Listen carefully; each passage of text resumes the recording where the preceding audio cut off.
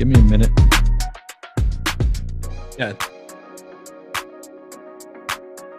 12 or something like that. And they did like the New York area that like, I remember like the alarms in some office buildings around mine went off and people went outside, but like, I don't even remember feeling anything. So I can't ever say I was in an earthquake. Yeah, it's just kind of part of life out there. Right? Like waking up freezing cold with your balls frozen to the bed. Part of life in Minnesota from time to time, I would imagine. Yeah, right.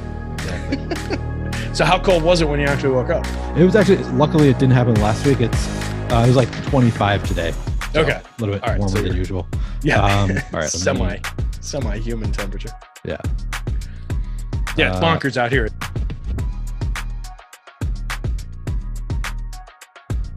Easy.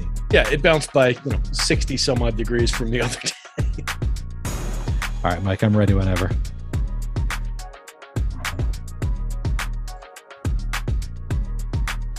Welcome to the Stokastic No Host Advantage NBA show for the 8-game Monday night slate. I'm your host, Neil Orfield. You can find me on Twitter at PlayerQDFS. This show is produced by Mike Lawrence. You can find him on Twitter at AwesomeYo. And we are joined by DFS legend Terry McBride, who you can find on Twitter at DigitalB21. While you're coming in, please do like the video, subscribe to the channel if you haven't already, and hit that notification button so you can get alerts when our shows go live. If you haven't already signed up for No Host Advantage, you can use promo code Stokastic to take advantage of our first match deposit bonus up to $100. Terry, how are you doing today? Doing pretty well. It's by and large, it's been a pretty decent day. Like I was just saying behind the scenes, it's like a nice sunny, like 50-degree day here in Jersey. I didn't wake up with no heat like you. I didn't wake up in an earthquake like Mikey. So I'm counting my blessings. Hopefully it'll be a good DFS day and everything will stay, on the positive side. Things are good. How about you? What's going on? Other pretty good. 50 plus degrees, man. I can't even imagine. We have nicer weather. So yeah, as you just said, woke up this morning to no heat in my house. The boiler is broken. So that's not ideal. It is. I feel fortunate though that it didn't happen last week when it was like negative degrees outside. It was, we were in the 20s by the time I woke up today. So not quite as bad as it could have been if it happened last week. And you're not waking up in like an actual survival situation at that point. Like you're just waking up a little bit, maybe a little uncomfortable, or you don't want to get out of bed. Were you like at least warm? Do you have like a big, like, crazy Minnesota comforter and stuff that? I got a big blanket on my bed, but it was very, very cold in the air. So yes, I did not want to get out of bed, but had to, because I had a lot of work to do. And then I also had to contact the heating and air conditioning guys to get them to come out and look at it. And we've found a solution. Apparently there's a part that was broken, so they're going to come in tomorrow or the next day and fix that. So not going to be without heat very long. All right. And we're going to pay that bill by going through some No House Advantage picks here. Exactly. Obviously. So I'm going to make some great No House Advantage picks. I'm going to pay off the bill. It's going to be no problem.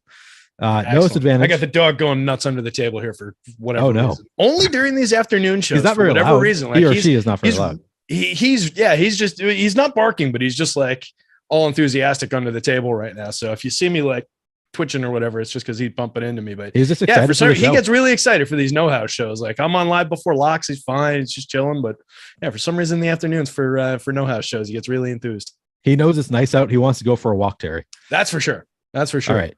Don't let him No House Advantage. I'm gonna have to follow through on that. Sorry, I said that. Yeah. No House Advantage does offer 2 types of contests, and if you'd rather just play against the house, you can do that. If you hit all of your picks, you can net up to 20x your entry fee playing against the house. You can also make as few as 2 picks in those contests. So take a look at the versus the house contest as well. Those are really great opportunities sometimes, and you can make 2 to 5 picks. At least more than double your money if you make just 2 picks. And then again, if you make 5 picks, get them all right, you can 21 extra money. So it's a nice way to play. But what we're going to be talking about here are those pick'em contests. They have a couple different options tonight, and No Host Advantage is doing us a favor, as they've been doing recently. I don't know how much longer this is going to last, but they're doing us a favor. They created some contests that are likely to have some overlay larger than they're likely to fill. It's a rare opportunity, so I would recommend taking advantage of it, playing some of these No Host Advantage pick'em contests tonight. And as I said, we've got 2 options here. The biggest is the $15 buy-in slam dunk contest. This contest allows for up to 1,200 entries, but the prize pool is guaranteed. So even if it doesn't fill, they're still going to pay out those prizes. The top prize for this one is $5,000. And then the other contest is a triple up contest, the jump shot. It's a $10 buy-in, 72 entry contest. The top 20 will turn $10 into $30. I'm stumbling today. $10 into $30. You can enter up to 3 entries in that contest. So fun little triple up there as well. If you're not familiar with Noah's Advantage Pick'em contest, it's pretty simple. They post a bunch of static prop lines for different players. You choose 10 of those lines and pick either the over or the under on each. You rank those 10 bets in order of your confidence, because your top pick gets 10 points, your second pick gets 9 points, etc., etc. Your lowest level confidence pick, you just get 1 pick if you get it right. And then your team or teams are ranked against the field. The top team wins that $5,000 top prize. And then there are, of course, prizes for a number of teams after that as well. It's not just one prize for the winner. There's a lot of different winners in the contest. If you're not sure who to pick, we've got Terry here to give us some of his favorite picks for the night. Terry, you want to start doing some overs or unders? What are you feeling? Where do you want to start today? I tell you what, it's an interesting day just looking at the board, on both sides of it. We don't have anything over 90% in our win rates today, which is weird. Normally we're working with, on a good day, we're working with a handful that are, 98% plus and, trickling into the 99s and the hundreds that we've had conversations about. But today, everything is below that and significantly below. The highest sorting by the unders is 83.4%. That's for Bojan Bogdanovic on the rebounds prop. It's a line of 5.5. We've got it projected at 3.68. I don't love this one, but I don't hate it. I think it's perfectly fine. I think the 83% holds up. It's perfectly fine to use as a high confidence pick, but it's a little bit tight to the line. It's not something he's particularly good at. 5.6% rebounding rate. He's pulling down 3.6 a game in 31.7 minutes, but it's just, I don't know, just being tight to the line and being just a one category prop that's this thing that a guy could stumble into an additional 2 rebounds fairly easily. It's not my favorite pick on the board, despite being the strongest by the numbers. The next one down actually is on the unders. Alperen Şengün, it's similar in that he only needs to make 1 3-pointer to beat this half a 3 line, but he only takes 0.7 a game and he only makes 0.2 a game. 31.3% 3-point shooter. I just feel like giving a guy something that he never does versus giving a guy something that basically everybody's going to do at least a little bit in a game. It just makes more sense to be the higher confidence out of those two. And that one's sitting at 82.9%. So I'm not going to quibble about the difference between 83.4 and 82.9. I'll take the Şengün one as the higher of the two, but I do like both of those off the top to get us started. Those are 2 of our, looks like 6 picks that are over 80%, and those are all on the unders. And then we can flip over to the overs, and we're starting at 79.2%, and that's on an assists over for Mike Conley. And then off the top on the overs, we've got 6 off the top that are all assist props that we can talk about. We can get into the individuals there. Okay. Yeah. So you, of those unders that you prefer. Yeah. I guess that makes sense that it's a little bit easier to stumble into some rebounds than it is to stumble into some 3-pointers. If you're just not shooting 3-pointers, you're not going to stumble. If you're just not taking them, it's them. Difficult to make them. Right. If he goes out and he decides, hey, I'm going to take 5 today, then we're probably going to lose that bet, but it's going to be a strange game if that's, what he's going to do. And he's on the board in a couple different spots. There's some weaker plays. But he was conversation in Discord earlier today. People were talking about chasing a triple double bet, chasing his PRA. The math doesn't really hold up. The points and the rebounds are there, but it looks like the assists are going to fall a little bit short on that based on our numbers. But it's close. It's not the worst idea in the world. So I was looking at some of him, but that 3-pointer one just stood out because it's just not what he does, and we talk about that a lot. I like giving people what they do well, or giving somebody on the underside, give them something that they don't do well or that they just don't try to do. And I think that applies pretty well there. Yep. That makes sense to me. What do you do with, the Mavs today? I have a little bit of concern about this Tim Hardaway Jr. prop. We've got, it looks like over 80% chance of hitting the under. The PRA line is 33.5. We have Tim Hardaway Jr. projected for 26. It scares me though, just because we've got Luka out. We no longer have Spencer Dinwiddie there. We do have Christian Wood back. So I guess that kind of helps. So maybe that's why the under looks good here. But does it frighten you at all to know that, there's just not that much usage, or there is a lot of usage to go around for the Mavs with no Luka? Obviously Kyrie's not there yet. So it feels like Tim Hardaway, it scares me just a little bit because I could just see him shooting the ball 20 times. Do you have the same fear with this 33.5 line for Tim Hardaway? Yeah, to a degree. It's one there I might say it's a little bit more fragile than our 80% might suggest, just based on the idea, that's at a 35.4 minute projection. you could see Tim Hardaway play 40 minutes just on the fact that they have no bodies there whatsoever. And they're going to need somebody to competently score. So I think he's going to get a lot of run tonight. He's a chucker anyway. On the average, he plays 30.2 minutes a night, and his PRA is only 18.8. That's on 13.7 points. And then, a handful of rebounds, 3.5 rebounds and an assist and a half a game. So he doesn't do a lot in the periphery. We know that he's basically, from DFS purposes, we know he's basically scoring dependent, but he's going to have plenty of opportunity to score those points tonight. It is a pretty lofty number, though, at 33.5. Like, we've got him, like you said, projected out at 26. And I think that's pretty aggressive based on what he normally does. He is still Tim Hardaway Jr. I described him the other day in a conversation with EMAC as like potentially the worst semi-decent player in the league. And I've been watching this guy a long time, since he was drafted by the Knicks, and they sent him out, then they brought him back. He's not that good. So I'm comfortable going to it, but I do agree. I think it's a little bit more fragile than the 80% would suggest. You're probably going to be okay there, but he'll beat you every now and then on a hot shooting night, I think, on this one. I do think if you want to go down the board by just a couple, the assists prop sitting at 3.5, we've got him projected at 2.46, 77% likely to go under on that one as well. I was pulling it up before. The sample this year with no Luka, no DFS, and no Spencer Dinwiddie, it's a 19-minute sample, so it's essentially irrelevant. But his assist rate did jump in that small sample to like 12.5. So there was a little bit of an uptick there. And then interestingly, in a sample going back to the beginning of last year, which is a very, very different team, and that's got to be kept in mind. Jalen Brunson's on this list, Kristaps is on this list, so it's very different. But his assist rate in that situation over 255 minutes did jump to 17.6. So that's a pretty significant uptick in the assists if that held up. But you've got to think in terms of, it goes from 7.8 up to 17, but you've got to think of in terms of who he's out there playing with. Are they going to be able to convert any of the potential assists for him? It's just, he's not going to be out there with Jalen Brunson. He's not going to be out there with Kristaps Porzingis. So there's that impact.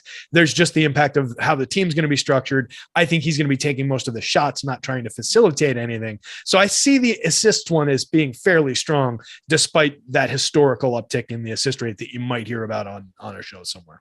Yeah. So what I'm thinking is maybe the PRA one is actually kind of a trap, because people are going to think like I am, like, well, Tim Hardaway Jr. is going to benefit from no Luka, no Dinwiddie / Kyrie.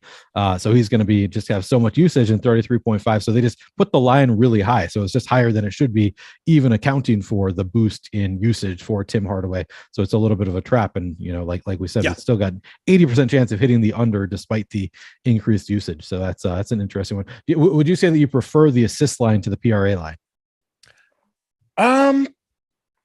Probably not. It is interesting in that it is something that, again, it's not necessarily something he does really well. And I really don't think that's what they're going to be looking for from him. I just think that 33.5 is probably high enough that I'm not that intimidated by it, right? I have that same thing in the back of my head. I've been burned by this player so many times too. You can go back to like this time last week and Live Before Lock, I was talking about how much of them I had, how much I hated it, I didn't want it. And he went out and put up like 20 something FanDuel points and just completely shot 70% of my lineups in the foot that night. That is what happens with Tim Hardaway Jr. pretty much every time. But since we're shooting for an under, that kind of works. So, if we're playing Timmy Hardaway Jr., I want to do it when he's going to, his disappointing performance will pay off for us. So I think that's the situation here. I think we're all right. Okay. Yep. That makes sense. Joker agrees. Yeah. Oh, is your dog named Joker? Joker. Yeah. Named after Nikola. Oh, not named after Jokic. No, he's older. He's 10-year-old now. So okay. Because he predates, or at least, Joker wasn't around 10 years ago. Not in my not in the NBA at least. Yeah, not in the NBA. Maybe he was playing overseas as like a 15-year-old or something. But was not on my radar at that point. All right. Well, sticking to the unders. Any others that really stand? I mean, we've got a lot of like similar, like the same trap idea with the Tim Hardaway Jr. A lot of Warriors showing up who I'm like, man, I don't really want to take the under there because these guys are going to have such high usage, but then probably the lines are just too high once again. It doesn't have to be those. Any of these other unders stand out to you as some that you want to be picking here? Yeah, I mean, we can look at any of these. There's an interesting one there just with Larry Markkinen on the assists. The line's just 2.5. We've got him projected at 1.4. And it's a situation where it's just, it's not what he does necessarily. He averages 1.7 a game at 8% assist rate. There's nothing overly unique about the situation that springs to mind right now in terms of how I'm thinking about it. But I just think it's just sitting on the board at an incorrect line. Let me scroll down, make sure that there's nothing nothing that I can see situationally that would, change that in my head. So 81% just kind of cast against the line that he doesn't necessarily hit all that often, I think is fine to go to there. If you're searching for unders, you could go down the list. We'll take a look at the Golden State ones. Let me sort to Golden State here real quick, because I hadn't looked at that individually, but that is obviously another big time situation here. Clay on the assists under 3.5, Jordan Poole rebounds under. That one's kind of interesting. Jordan Poole, 4.4% rebound rates, 2.8 a game in 30.5 minutes. We know he's going to be out there for a full run. We've got him projected at 33 minutes. I could see him going north of that in this game. But just, again, with the notion of a guy who's probably just going to be taking a ton of shots tonight. And, when he's not doing that, probably trying to facilitate a little bit, 22.6% assist rate, rebounding, not really his game. And a 4.5 rebounds, that's kind of a lofty line. So I think we can chase that one on the unders. 73% likely. We've got him projected at 3.5, playing about 3.5 more minutes than he does. And like I said, he could get out for a little bit more run than we've got him projected for. I think we're still okay there. So I like that one a little bit more maybe than our 73% would suggest. The assists, I don't like as much. The assists for him is 5.5. We've got him projected at 4.6. A lot of the same points hold up, except the fact that I do think he's going to facilitate a little bit more. Yeah. And he is a decent facilitator with that 22.6% assist rate. So I think I wouldn't necessarily chase the one of those two that he is kind of good at. Let's give him the one that he's not good at, and we'll chase the rebounds there. I wouldn't touch the Clay one, just on virtue of Klay Thompson, very good, and the ball's going to be in his hands quite a bit. That said, by the same token as Jordan Poole, he is going to be shooting quite a bit rather than facilitating. So I guess it's okay, but it's not my favorite. It is sitting at 74% out of those. The rest, everything else drops into like the 60s. We've got Clay on the rebounds. On the overs, we've got Clay on threes. That's always interesting, but it's at 3.5. We've got him projected at 4.4. He makes 4 a game, takes 10.2 a game. And if there's going to be an uptick in volume, it's probably going to be around Klay Thompson shooting threes. So that one's kind of on the board, but it's only 63%, and 3.5 is a lofty number. Yep, absolutely. Well, we can move on to some overs, but first I want to just touch on chat a little bit. So Tyler Schauf said he'd start drinking early if he didn't have heat. And I just got to ask you, how confident are you that this isn't vodka in here? Could be vodka. And then Mike, assuming it was, says that if you named your dog after the MVP, his name would be Joel. What do you think of that? Do you think Joel Embiid is the MVP, or is Mike just a huge homer? I can say with confidence that Mike is a huge homer. I think Mike is, I think we know that for sure. And we'll find out if Joel's the MVP. So far, he hadn't done it yet. He's definitely in the conversation this year. Let's see how he closes it out. I'm not willing to rule him out, but until he takes the crown, I don't think we can be saying that. Yeah. If he loses 3 years in a row to Joker, I'm going to have a problem. Yeah. I still remember how angry I used to be when people started saying that Jokic was better than Cat. I was like, that is bullshit. This guy was undrafted. Cat's the number 1 pick. He's clearly better than Jokic. And I've given up that fight at this point. As much as I love Cat, I don't think he's better than Joker. No, but he is a fantastic center. I mean, still a great pick. Still a great first overall pick. Yeah. Got no complaints. Especially on the offensive side, like he's a very nice piece. I don't know that you're going to win a title with him as your best player, but you could win a title with him as your second best player. And I'm hopeful that Ant is just I think Ant may already have surpassed. I mean, it's close at this point. They're pretty damn close, I think. I think Cat, I would say Cat is one of the best offensive centers of all time. He just doesn't have the defense on the he's got side all of the skills on the offensive side. Yeah, exactly. Sure. All right. Well, we should move on and talk about some overs. We got about 10 minutes left to hit on these overs. So we talked about how there's 6 assist overs right at the top of the board. Do you have a favorite among them? Let's take a look. By the numbers, it's Mike Conley. I've always been a Mike Conley booster. So let's take a look at some of the numbers. Let's see what he's been doing here. 34% assist rates on the season, 7.6 a game. We need him to get to 5.5. I think we can go with that. Solid guy who's been doing this his entire career around that number. So yeah, I like the Conley one quite a bit. It's just basically asking him to go out there and be Mike Conley tonight. I don't see any reason that he wouldn't go do that. 79.2% actually feels maybe a little bit light for that one. We've got him projected to play about a minute more than he averages for the season. In a per 36 cents, he's putting up 9.2 a game. I don't see him getting to 36 minutes, but around 30, 32 minutes, I see him cruising past 5.5 assists. So that one's really easy. The next two down the list are both kind of low lines. They're both at 2.5 because it's front court players is Nikola Vukovic and Royce O'Neal. I think you can get there with either one of these guys. We've got them both projected to get over it pretty comfortably. 77.2% for Vooch and 74% for Royce O'Neal. I didn't realize the season that Royce O'Neal's having necessarily. Just looking at some of the numbers, nice little year for him. His 14.9% assist rate. He's playing 34 minutes a night in 49 games across the season. It comes out to a 4 assist average on the year. He doesn't crush through any of these numbers. They're all single digits, but 9.4 points, 5 boards, 4 assists. That's a nice little line for a player like that. So he's a nice usable piece, plays some good D out there. So I like Royce O'Neal. I like him to get over that assists line. It's just, again, it's another one where we're just kind of asking him to go out there and be himself, do what he normally does in a situation where there could certainly be an uptick for him to, for the ball to be in his hands and swinging through him at least and facilitating some of the other players on the team. So I like that one quite a bit for O'Neal there as well. And then the other ones, Jaden Ivey, Darius Garland, Domantas Sabonis, you get any one of those. It's they range from 72% down to 69%. So any one of those is perfectly fine to go with as well.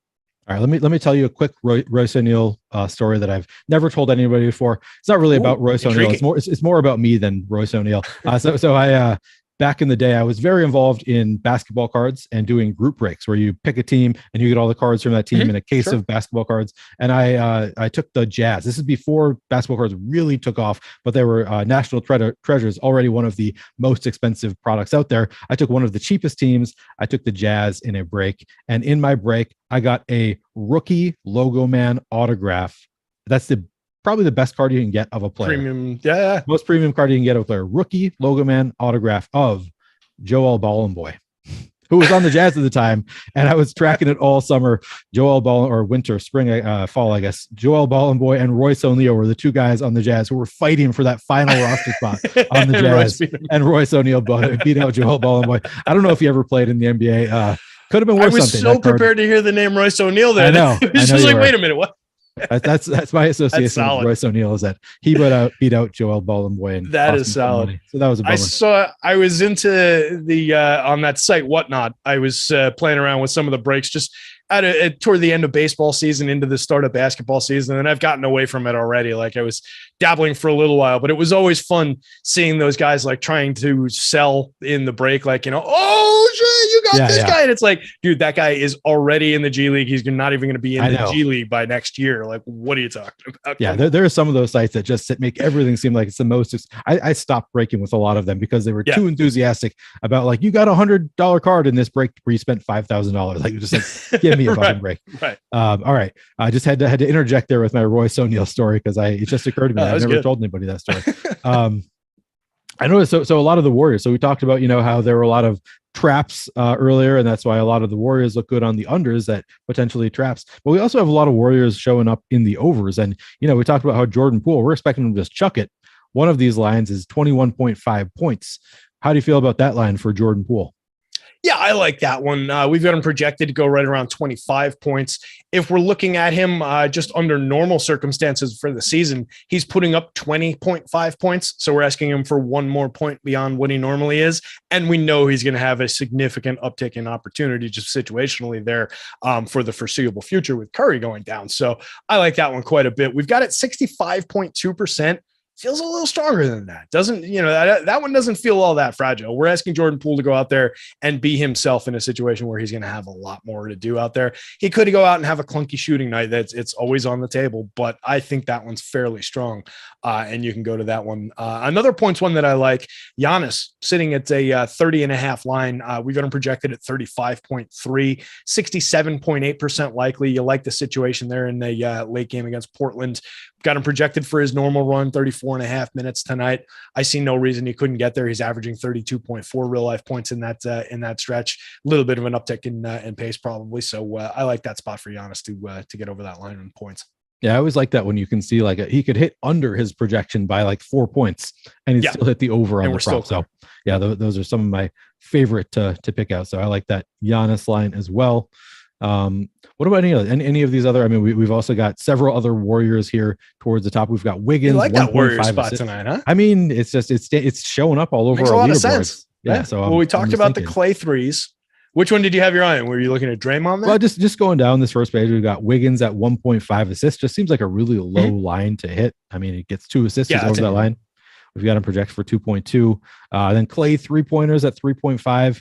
Where would you rank that one as far as the Clay props? We talked about one of the Clay unders, right?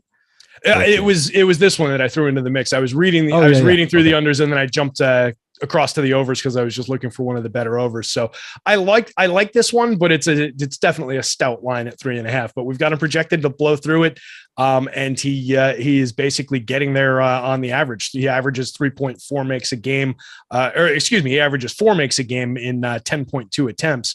And you like him to take 12, 14 threes tonight and make a solid handful of them. So I definitely think that one's on the board. That Wiggins assist prop one is also interesting. Only at 1.5. He averages 2.2. He's not the best facilitator in the league, but he's not terrible at it. 9.7% assist rate. And like I said, averaging 2.2 in his 31.9 minutes.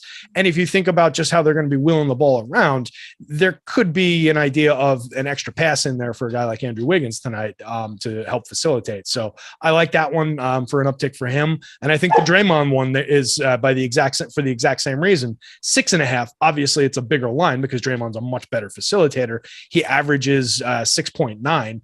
So we're asking Draymond to go out and be himself. Again, it's just, look for these spots where it's the guy is in a different situation and has an opportunity and just needs to go out there and do what he normally does. I think that Draymond one is sitting at 61.8%. That seems a little bit more likely as well. But again, it is a line of 6.5. So it's not exactly a low line like that 1.5 for Wiggins. How do you feel about correlating them? And we've got a couple assist props, Draymond Green and Wiggins assist props. And then we also have the Klay Thompson line. We've got the Jordan Poole line. How do you feel about correlating in a spot like this where you can, all the overs look like, do you have more confidence in your picks if you take the Draymond assist? We've only got it at 62%, but if you do correlate that with some of the points props, maybe they have a better chance of all hitting than just like the individual prop. If you try and correlate them, how do you feel about correlating your picks here? Yeah, with the way that those are structured, actually, with it being Clay threes, Poole points, and then Draymond assists for a normal Draymond type game, and then Wiggins with a low assists line where he only needs to pick up 2.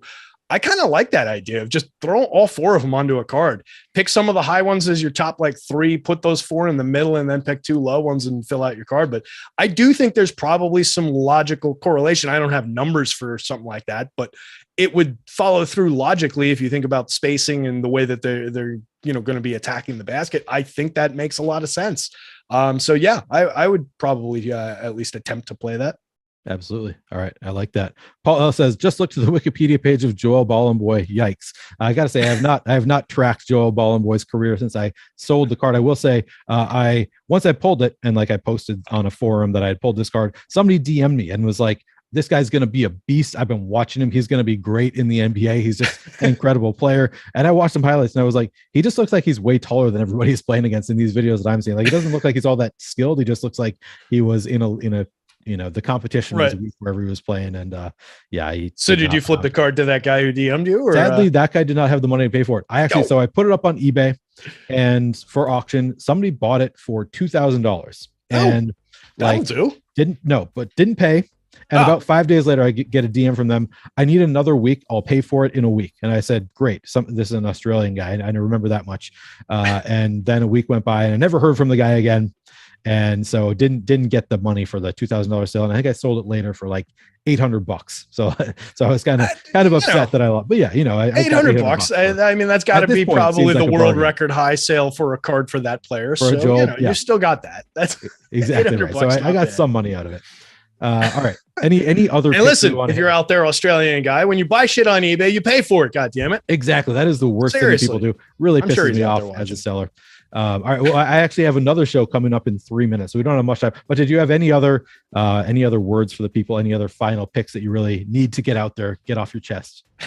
I think you could throw the Dame Lillard points in 29.5. We've got him projected at 33.2. It's always fun to take a Dame over on point scoring. And if you're playing that Giannis points over, it kind of makes sense to throw them at each other and just, take the two alphas and let them duke it out tonight. So I kind of like that idea, and it'll make for some fun watching if you've got that in that late game as well. So that one kind of seems like a fun little way to correlate some star plays on the late game. And that's about it. Good luck out there, gang. Absolutely. All right. Love that call. There you have it. Some of our favorite picks. If you want even more picks from the Stokastic team, you can find all of our favorite picks and even our favorite lineups by going to stokastic.com. NBA dropdown, free NBA DFS data, no advantage option, and you'll find our no advantage projections and optimal lineups for these pick'em contests. Reminder, if you haven't already, please do like this video, subscribe to the channel if you haven't already. We've got the NBA Deeper Dive and Live Before Lock coming up in an hour if you're going to be playing NBA DFS tonight as well. And of course, I'm on next doing a So Rare show with Greg coming up in just a couple of minutes. Thanks for watching. See you soon. And how important are those shows going to be for NBA tonight?